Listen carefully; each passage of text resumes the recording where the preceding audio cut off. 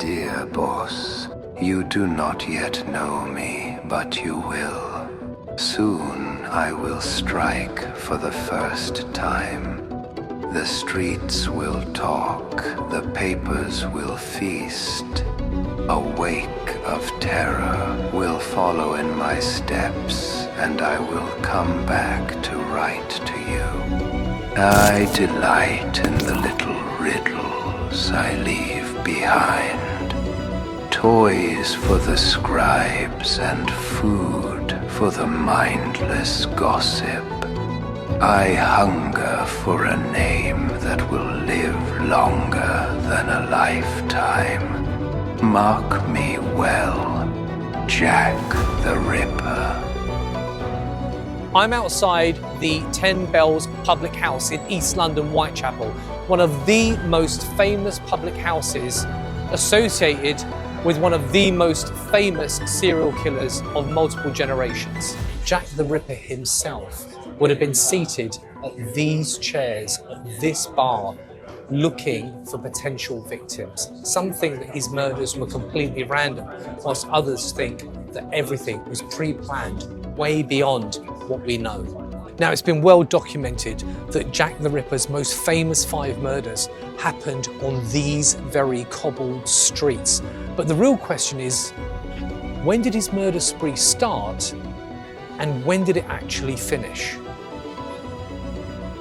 Right, so Roxy, are you familiar with Jack the Ripper? Yes. Now, there's a lot of speculation as to when Jack the Ripper started his killing spree. Now, obviously in 1888, between August and November, he committed 5 very famous murders in Whitechapel, and that's where most people know the story of Jack the Ripper. But there is even urban legend that his killing spree started way before then, and also ended even later than when people think that he just disappeared, because that's what a lot of people believe with Jack the Ripper, is that he just disappeared off the scene, or something happened to him, or whatever. Yeah. And there's lots of evidence that is kind of, some of it is questionable. This is a replica of a photograph that Jack apparently had written on the back of. So now, just to read this together, dear boss, I keep hearing the police have caught me, but they haven't. So I think I'll give you the biggest clue yet. This is a picture of me taken just before I started my murderous spree. It shouldn't be too hard for even you to find me now. I am the second in from the left with the very light suit on. Yours truly, Jack the Ripper. So he's wearing the lightest suit. Now look, really important that you see, I don't change anything. All I do is I give you the jigsaw puzzle again without taking anything away. I ask you to just turn it over. And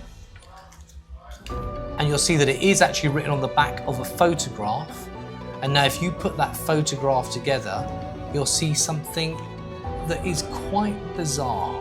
So if you match those pieces together, and you'll see that even though I haven't changed anything, you've put the puzzle together twice, but you'll see the person with the lightest suit, Jack himself, his face is missing from the puzzle. I have one question for you, Roxy. Yeah. Are you at home alone tonight? No, thank God. I'm very creeped out. On behalf of Jim Critchlow and Alakazam Magic, this is Whitechapel.